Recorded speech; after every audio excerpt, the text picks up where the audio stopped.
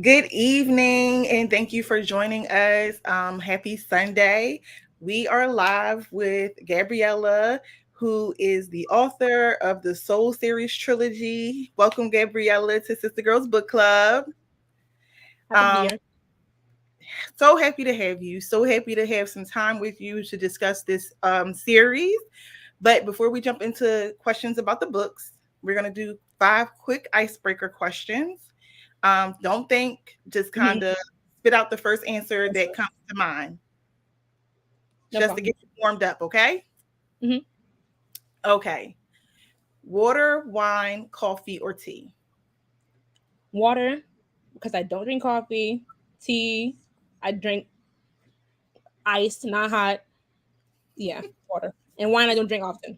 So, Okay. Morning or night? oh, I'm not. I'm up too many times, way too early in the morning. So night owl, definitely Okay. night. Night. Digital or print? Digital. I Re- always go for route. Okay. Standalone or series? I'm a serious kind of girl. And the last one, music or quiet? It varies. I'm gonna say music. I do love music, but I do also love my quiet times. Like I gotta stay in the between. Okay. But if you had to choose one, If I had to choose one, I'm going with music. I can't live without music. So I have to go with music. okay. All right. So we are now warmed up. We have some people coming into the room to join us to watch live. If you are watching, don't forget to say hello in the chat. And you can actually put your questions in the chat during the conversation with Gabriela, and we will slide them in as well. But we are going to get started for the more longer questions. Okay. Where are you from, and what do you like to do when you are not writing? All right. I am from New York City, Brooklyn to be exact. When I am not writing, I am either listening to music or watching TV. Oh, do you Some have a favorite TV show? I'm sorry. Do you have a favorite TV show that you can Right share with us? now, right now it's Will Trent on ABC. That is an amazing show. I've been binging that. I'm sure my neighbors have heard me screaming at my TV at like 3 in the morning. 'Cause I need to finish that series. So yeah. Okay. Um, Brooklyn, yes. I mean, if you read the Mhm. series, I know a lot of books are based out of New York, Brooklyn specifically, but I feel like only a real Brooklynite could do Brooklyn such justice as you did in this series. So I kind of knew that's where you were from, because it's like it's no way you could be this detailed and not either be from New York or have lived in New York for an extended period of time.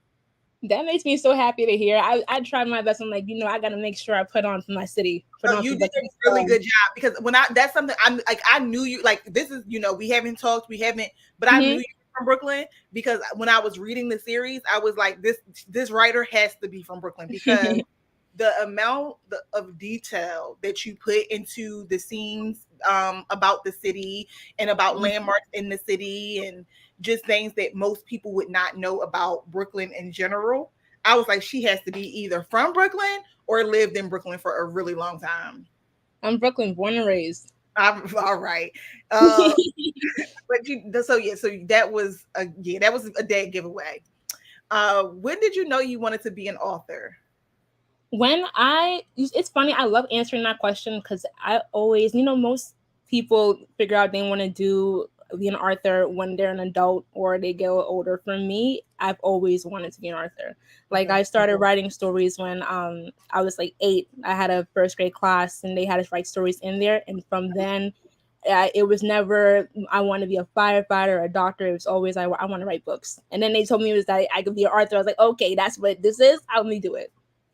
Nice. That's beautiful. And now you have made that dream Mhm. come true. Yeah. How does that feel? It's amazing. Like every single time that somebody tells me they love the book, I'm just like, hey yo, Gabby, hey girl, you did what you wanted to do. That's amazing. And do you read a lot as well? I do. I haven't read a lot this past year because I've been working so heavily on the series, but reading it's always been like that's my number one joy other than writing. Like it's just I love to read. It's just a whole different world when you're in a book. So I yeah. feel the same way. Okay, so even though you haven't read a lot in the last year, this is not pertaining to year. Can you share three must-read books with our sister girls in the book club? For me, first I would say Last Stop from Innocence by Sakira Allen. I love that book. It's such a beautiful story. I would say Fast by Millie Belizaire. It's also like it's That pretty one. dark too. Yeah, but it's beautifully written. Like that book is just I love that book so much. And last one, Saving Sunflower by Ray Leaves. Okay. Those are really three really good choices. Three really Mm-hmm. good choices. I've read all three and I've actually gotten to talk to all three of those authors before. So very very good choices. And Mm-hmm. if you are watching this and you have not read those three books and you've been living under a rock somehow, please go Yeah, get go those. read Like books. I don't even because usually it's at least one book I haven't read when I Mhm. ask that question, but I've read all three of those books. I probably have read all three of those books more than once at this point. So Amazing. really good choices. Mm-hmm. Um, so let's get into the Soul Series trilogy. Um, Start with some general questions and then kind of get deeper into the series. Okay, what genre would you categorize this story? It's always so hard. Like even when I was like first putting it out, I was like, "Oh, what do I put?" It's romance. It's definitely romance. As for It's the definitely romance. yeah, but as for everything else, I'm like it fits into so many categories. Like it's so hard for me to say. I'm gonna say urban fiction that's fallen there a bit, and then sports romance it falls in there a bit too. It's women's Right? fiction definitely falls in there as well.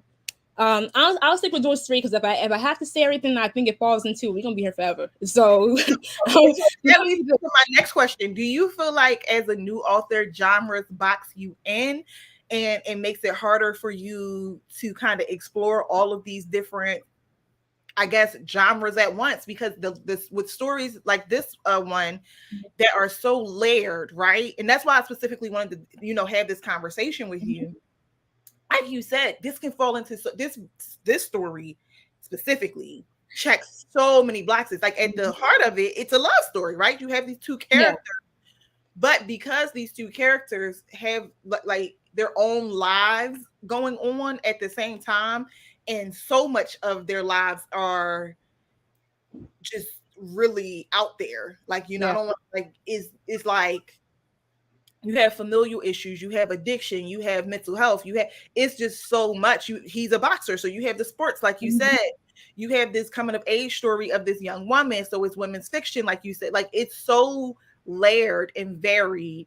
So how do you feel about genres, and do you feel like you need to write according to a genre, or are you just like this is the story and whatever you take from it is how you can categorize it? you took the words exactly out of my mouth with that last sentence. That is exactly how I feel about it. I write for me when I write whatever I want to write, and then I think about everything else afterwards. And then after I write, after everything is edited, I'm like, okay, now I have to do the promotion and publishing, everything like that. Now I got to worry about where it's gonna fall into in genres. I never necessarily write according to genre. That's right. Whatever comes to whatever is on my heart that I need to put down on paper. That's what I'm gonna put on paper. I love that. I love that because I feel like sometimes when you're trying to stay too genre specific, it leaves too much, it doesn't leave enough room for the creative ideas to kind of take root in the book and to flow properly. You know what I mean? Yes, it definitely it can stifle you. Like you definitely get stagnated if you're sticking just to that. It's so hard for you to want to leave out of that, like what you said, a box. It's hard for you to want to leave out of that box because you're so used to doing it. It's like veering out of it is just so much scary, unfamiliar territory. You don't want to do it. But I mean, for me, I do what I gotta do. So And you do a great job at it. thank you so Um, much. you did mention something that I wanted to ask about your promotion. Like after I read books 1 and 2, looking for book 3, and not realizing book 3 wasn't out yet. Like when I got to the series, books 1 and 2 were out, and I was like, well, dang, the cliffhangers. I was like, ready. I was ready. I need to know what happened because that last cliffhanger in book 2 was like, I don't think they're gonna make it. But I went to your Instagram page and your promotions, like you are very, very creative when it comes to your promotions. Do you do that all yourself I, or Yeah, so I do. I thank you so much for that compliment. I work really hard on those things. I do. I Like, try my I best mean, to be a box with it. your Instagram, like your Instagram aesthetic, I have not. I'm not sure if other authors have done such things. I can't say, but yours is the first I've seen. I was like, this is really beautiful. You put a lot of effort into your promotional material, in the sense of making these characters come to life even more because of how you're promoting the books. Yeah, it's that's exactly always been my goal when it comes to promoting the books. I never wanted to be like just to put a picture up, and no people know there's people who do, but when when I put out promotions for it, I never wanted to be just something like geek in, let's look at and let's scroll past. I always want something it to be a little bit more in depth, a little more eye catching, a little bit more unique Yeah, versus everything well, else. yes, I definitely say it took. I was like, oh wow, like I was expecting. I mean, something. I Mhm. was expecting it to like just kind of pieces of the book, but you Mhm. definitely pulled you pull the characters in more because it's no visuals of the actual characters, but it's visuals of pieces of the book. Like the flowers falling, you have a visual of that on your page. The text messages, like I thought that was really cool, and I think that you like again, beautiful job doing that. Thank you so Um, much. what inspired you to write about Arabella and Kane's story? Like this was a very intense story. What inspired you to want to write about these two characters specifically? So I've had this story. This year makes 10 years since I Wow. created Annabelle and Kane. Yeah, so when I first started writing this story, I first wrote what happened with Kane, his stepfather, and his mother. It was like a random scene. I was up at a time way too early. The sun was up. I should not have been up, but I wrote that I wrote that scene, and I knew after that that I wanted to explore the effects of what happens to a child during a childhood and then growing up after they've experienced what they experienced. But I Mhm. also wanted to write a love story. So with Arabella and Kane, the things that happened to them in their childhood, I knew those things off the bat. Like those were things I already knew when I first started writing the story. I knew they would fall in love. The logistics of what happens and the situations they go through that came way later. But I Mhm. always wanted to explore how it is, how difficult it is to love somebody after they've gone through these things It's such and how traumatic to heal event. Um, as a newer author, did you have any expectations about the reception of this story now that it's a complete story, right? And I wanted to make sure we reached out to you once the story was completed because book one and book two were excellent, but like I said, because that's when I found the series. Book one and book two were out, but I was like, nope, I don't want to. This is the kind of series that you have to it. the full picture is painted before you can really start to ask questions. So, did you have any expectations of what readers would think about these characters, about this story? I didn't have when I first published Crush. I didn't think much about what people would think about it. I knew the ending of Crush was very it was a lot. So I was Right. like, and then when I put out Glitch, the reception to that was when I was a little nervous of putting on Glitch. I won't lie because of how much how deep of a turn it takes. So I was pretty nervous about it in terms of how people would receive the situations that happen in Glitch. But then, I mean, I never had any kind of, I never put any expectation on myself as to what it would do. I just never wanted to have something out there to where I could be disappointed. So I never really necessarily had any intention of or expectation of what people would say or how they would feel about it. I just wanted it to be out there in the world, and then whoever received it, they received it, and wherever it went, it went. Okay, and now that it's out there and it's completed and it's done, have your thoughts changed? Because like I mean, the book is everywhere now. Like well, Yeah. I'm in a lot of different book clubs. I have Sister Girl book club. I brought it to our book club because I thought it was an excellent read. I Thank you. honestly thought it was phenomenal, like just phenomenally written. Like, and sometimes it could be hard to read the material in Mhm. these kind of books, right? Because of how traumatic it is, how triggering it is. But even with all of that, I still was like, wow. Even the romance in the book was top tier. Like everything in the book was just so good that it was like everybody should read this series. Like everybody should read this series. Like I want everybody to read it at this point. Thank you so much. And it really does something to me to hear people say that. Like it just, like I I said, I've don't been say writing. that about every book. I don't say that about every book. I read a lot. I don't say that about every book, but I think I everybody should read appreciate that. I really appreciate it. I mean, it's like I was saying, it takes a lot. It means a lot to me because I've been writing for so long, and it's like to have this out here. I mean, I've had this story for such a long time. To have it out there and to see the reception that it has now, it is every single day. I promise it. I'm on the verge of tears most times. Most weeks, I'm like, it. okay, you gotta calm down. You gotta be calm, girl. It happened. It's people love it. This is a thing. Like People do love it. People do love it. People are really claiming Kane as a book bag. Like he's definitely top tier book every bag. day. It's like even with everything with him, everybody like nope, he still is really high on people's list. He really Um is. It's surprising to me, but I do love it. I do love it. I can't lie.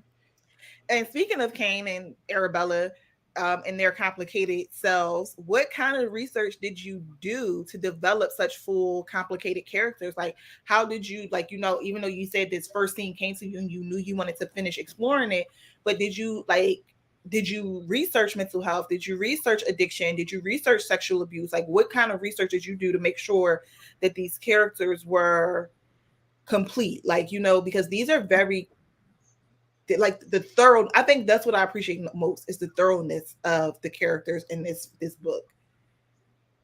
Thank you. Yes. So for research, it did vary in the way I did it. So for example, I mean, I went to school, I went to college for psychology. So a Okay. lot of what, yeah, a lot of what happens with Kane and Arabella in terms of mental health and therapy and the things that happen there, that all came from college. I always say, like, I went to college for psychology, but I kind of went to college to write this book because a lot of the things I was learning, but I was taking everything down for the book as well. In That's terms of in terms of like Arabella and the choices that she made in terms of glitch and tie, those things took research outside of college. So I was really studying. Like I was back. It was like I was back in school after, because that those things took place more so after I graduated. I yeah. decided to have them take place after I graduated. So I'm Okay. like I really went it to, like, I was deep diving on Reddit. I did the YouTube searches. Like I really wanted it to be like those things that had she does, like those are actual things that people who do those things do. Like I really went to like extreme measures of internet searching to have those things, to make sure that it was correct. And it was believable. Her behavior Mhm. was definitely believable and very frustrating. Because you're reading a book and you're rooting for. I think it was easy to root for Arab. It was easier to root for Arabella from the beginning because she was an underdog. Life had handed her a really messed up hand, and not to say that it didn't for Kane, but Kane had found family. He had found a family, right? Mhm. And his cousin, and then his boxing coach, and then his like he had a solid core group of people, even though he was dealing with a lot of the same abandonment and emotional traumas that Arabella did. Arabella never got to really experience that. And that's why I think, me personally, why she met that group of friends, she felt like she finally could have that. And unfortunately, that didn't work out. Yeah, you hit it right on the head. That's like that really is what it is for her. Like she grew up only having Julian, and then she finds Brielle, but then what happens with that. So then she has this group of friends that she can fall back on, and then it's just hard for her to to what's the right way, move out of whatever it is that, especially after she learns what happens to her. It's just one of those things where it's like it's hard for her to move out of whatever it is she was into, like whatever they were into, and if she got into, it's just hard for her to move out of it. Yeah. Because I was cursing her out, but then I was like, come on, girl. These people do not. I don't blame you. Even when I was writing it, like I was writing when I was writing Ty, beginning of Ty, it's like, God, I think she's really taking me through it. Like, Yeah, that it was very emotional. Like I was like, I cried. I was like, dang, no, like it was a lot of material that was hard to read, and but but you want to keep reading the story. Like it was like, dang, I really want to finish this story, and of course. Mhm. rooting for a happy ending, even though at some point it didn't feel like it would be a happy ending, right? Like, well, actually, at a couple of points, it felt like it would never be a happy ending. So, And I um, mean, I crafted it that way. That was one of those things where it's like I wanted it to. There were points in the story where I wanted it to be like, well, will they make it? Will they get to where they want to go? Like that's I really did craft it like that. did you feel like it would be difficult for readers to read about such two taboo topics intertwined while writing this series? Like, did you ever worry about that? Like, maybe one or the other, but this is a lot. Both the mental health, and it wasn't just like mental health, like, oh, I'm like, I don't want to downplay any facet of mental health. Let me just say that. But it was mental health to a very high extreme, right? It wasn't your typical mental health situation where this person getting help could be simplified. Hmm. When it came to that, I'm not gonna lie, it I did think about it, like especially before I published Glitch. Like I was saying earlier, like I was really nervous about Glitch. I was like, I don't know, it's so it does take a heavy. It's very heavy. Like after you learn about what happens in and a Crush, Glitch and entire very heavy books. So I did worry about that, but I also knew it was a story that needed to be told because there are people who are experiencing this right now. There are people who have experienced this in the past, experiencing it right now, and they go through it in the future. These are like stories that really do need to be told. So I mean, I put my nervousness and my nerves for it aside and just put it out regardless because I knew it needed to be out there. Okay. Okay. Yeah, because I mean, I definitely think, like, I can't stop saying this. Not people just need to read the book. Like, I know people shy away. They shy away from such heavy topics, but if you can get through it, it's worth being read. Yeah, no, I definitely agree when it comes to like the triggers and what it is, and I definitely appreciate people who put aside those. I know how heavy it is, and I know how dark it can get. It gets in the series. The people who put it aside and decide to actually go ahead through the story through the series and the story itself. I'm very grateful for it because it, like I said, I really do want that story to be heard in terms of the messages of it. That I agree. So, how did you cope while writing such a dark, traumatic scenes in certain parts of the book over the course of three novels at that? Usually, is like one novel, but each novel had very dark pieces to it. When it came to part of that is one of the reasons why it took so long for me to finish out the series it at all because when it took me a long time to even get to that last scene in Crusher because I knew I would have to write it, and then I took a break. I had to take breaks in between doing it. So sometimes I would just like push my computer aside and be like, you know what, I'm going to take a break from this for a while because it is very heavy. So I would take a break from it and go back to it. Same thing with Glitch, especially with Glitch. Like Glitch, I had to take breaks for because it was a lot. So like I had to Mhm. just give myself time to really just like I would write for like a week and then just put it aside for like the next two, do whatever it is to get out of that mind space and then go back to it again. Wow, that's amazing. And did you use any of your learned therapy techniques to cope while you were taking these breaks, or were you just binge watching Will Trent and like, I'm gonna get in a happy mood and then I'm gonna take myself back to this That's that emotional? that was me. I took myself into every other world and every other fictional world I could, and then I went back to this world I created. I'm like, I need to get away from this and this. Like, I need to go watch a comedy or something. Like anything that is not this dark. That makes sense. Mhm. Um, do you believe readers would be able to sympathize with Arabella's choices once all of her story was revealed? Because her story was revealed. Kane's story was like upfront, right? You kind of knew what was going on from jump, but Arabella's story kind of like was pieced together during the during the series. Do you feel like readers would have a chance to empathize with her because it was like hers were like, I hate to say it about addiction, but she put herself in a choice, right? Where Mhm. Kane's was like he didn't have a choice; he was just born this way. Yeah, when it came to Arabella, like you said, Kane is definitely upfront. I definitely crafted to be that way for him to be upfront and for her to have more of a layered effect in terms of how her story came out, and that was done purposely because I knew that once the choices that she made, and not necessarily again like you said, not to say that she needs a choice, but the things that situations she found herself in, I knew it would be difficult for people to sympathize with her in them, Yeah, but I wanted them to sympathize with the why. So the why of why she did it is why I made sure that the beginning of that was a piecing together of her to have people learn about her and to have people see how she is and to see what happened for her to go ahead down this route. yeah. Because and that's why I asked it that way, because it was like addiction is not addiction is a disease, Mm-hmm. but the way the story is written, she had control over the choices and the decisions that she made to get from point A to point B.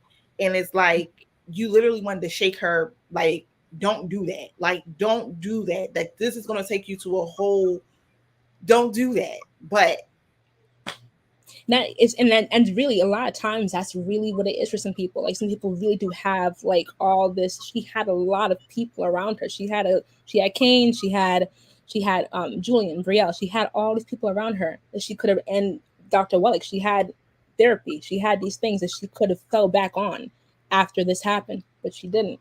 But in the pain of it, the pain of what she went through, it just took over her completely to the point where it just none of that mattered anymore. It all just told her like none of it was enough for her, and right, then she chose that path. I mean, at the same time, after going down that route, which is one of the reasons why I crafted it as the way I crafted it in Thai. After going down that route, she does find her way out of it. yes. Yeah, Unfortunately, it just takes her to basically, literally the worst of the worst yeah. Mm-hmm. experience to do that. And then, Um, is there anything, now that the series is completed, is there anything you would change about how the story unfolded? there absolutely nothing. I've had a story for so long that I have gone through like every scene, and I've thought about every kind of decision as to what how their story could have played out. I don't think that their story would be complete any other way. Like I think everything that happens to them in these three books needed to happen. Like there are plenty of times where I was like, maybe this should go, maybe that should go, but these are things that I knew need to happen because they are people that are full formed people to me. Like these are full formed like human beings to me that I've had to me for literally 10 years. So like I these are situations, everything that unfolded, how it unfolded in the books, that's exactly how I wanted it to be. And exactly how I think their lives unfolded. What is one thing you wanted readers to leave knowing and feeling after finishing reading the Soul series? I wanted, especially when it comes to like situations that people go through, I wanted them to realize that those things don't have to decide your path for you. You can decide it. Like you can decide what path you go down. You can decide how to live your life. These things don't they shape you, but they don't have to define you. Like you can still you're not incapable of being loved because you made mistakes. You're not incapable of being loved because of the things done to you or things you've gone through. Love is still possible. Life and happiness is still possible. That's really the one thing I want people to take away from the series. Um, Sister Girls, if you joined us online, if you have any questions, please leave them in the chat as we ask a few more questions from Gabriela. Um, Next question is: will you be continuing writing about these cast of characters? Perhaps a story about how Julian Love's life plays out, because that was kind of left on, even though he wasn't the main character, that was kind of left on a cliffhanger. Julian Hilaire is a complicated man. I can't lie. He's a complicated man. He makes complicated decisions.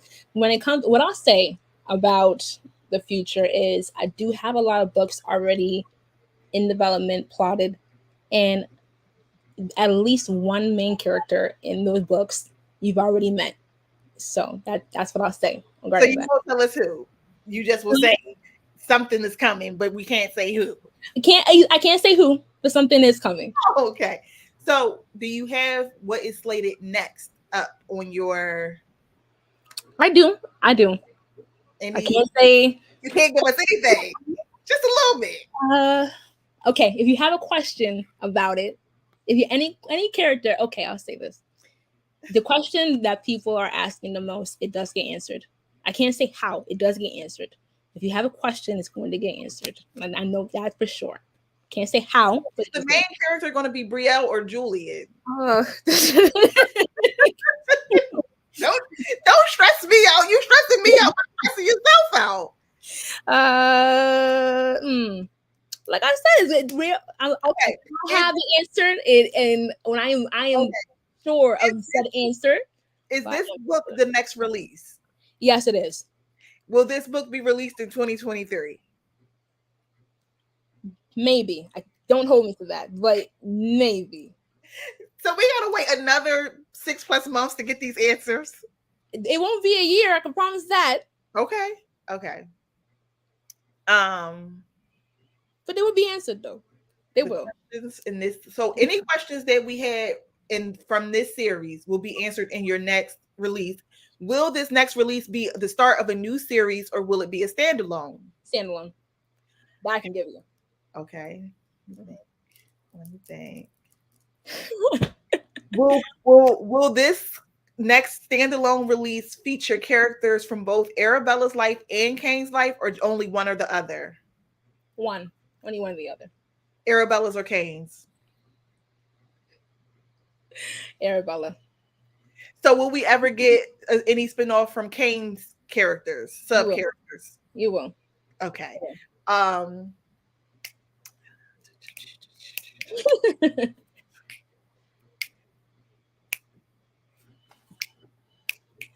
trying to think. I think that's it. I think that's it. Okay. So, sister girls, I got us as far as we can go with Gabriela. I hope you guys enjoyed the chat.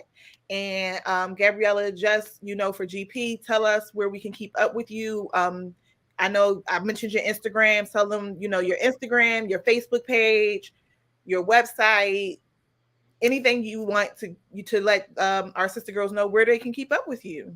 Okay, my Instagram and my Facebook are by Gabriela G. My website is gabriellag.com. My newsletter may or may not include there's something coming that says who that main character is that you've been badgering me about. But there will be something that says that there. So So listen, go subscribe to the news. If you like me and you nosy and you want to know and you want to torture yourself, because even though the book is may not come out in 2023, but you just need to know. Because I really just feel like Julian deserves his own book because he dealt with the same stuff Arabella dealt with, but just different. I don't know. I just feel like we got some of Julian, but out of all the characters, and it was some really interesting sub characters in this series. Don't get me wrong, but he's the character I feel like I would be rooting for the most, like to get a full length. Like I feel like he has the most meat and potatoes to get a full length book. I can't lie, Julian. I do love Julian. I do love him. I know he's one of those characters that people are like, but I love him. And Okay. I so he may pop up, he may not. I don't know. I'm Maybe. gonna take it as a yes. My spirit is saying yes, and I believe when the spirit says yes, then you got to go with it. But subscribe to the newsletter. Support. Please go look. If you have not looked at the Instagram, please go look at the Instagram page because that is a true testament of how dedicated you are to this series and bringing it to life for your readers. Again, Gabriela, phenomenal job. And also, the therapist has a Kindle Velo story. I don't want to forget to mention that. If you finish the series and you are looking for some more from Gabriela while we wait for this next release, and you have not read the Kindle series, the Vela series, go read the Vela series. I'm going to plug that for her because, yes, I just Thank you. such a phenomenal writer that you just deserve everything you've written to be read. And I am so looking forward to this next release. Thank you for joining us tonight and answering all my badgering questions. I love this conversation. Thank you so much for having me. Thank you so much for your kind words. I really appreciate it. And I loved having this conversation. So thank you so much for it. Well, we look forward to having you again once we get this next release. And Sister Girls, please remember that this is the last chat until September. But hopefully we will see you in August at Behind the Pen. We still have more tickets, and we will drop the ticket link in the comment section in the comments. So go buy the tickets and have a wonderful summer. I hope to see you all in August.